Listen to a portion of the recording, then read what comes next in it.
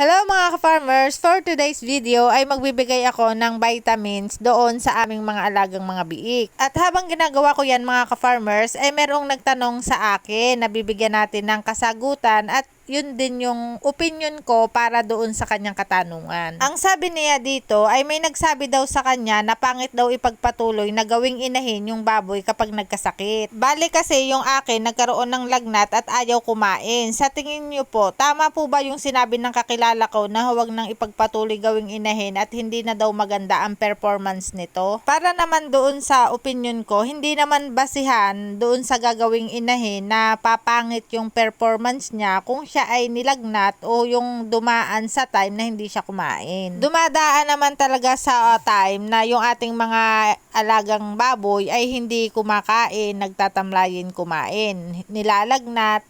At diyan naman sa mga nasabing sakit na yan naman ay merong mga antibiotic na nakakagaling. Kung gagawin mo pa lamang siyang inahinin, ibig sabihin hindi mo pa talaga alam kung ano yung performance niyan.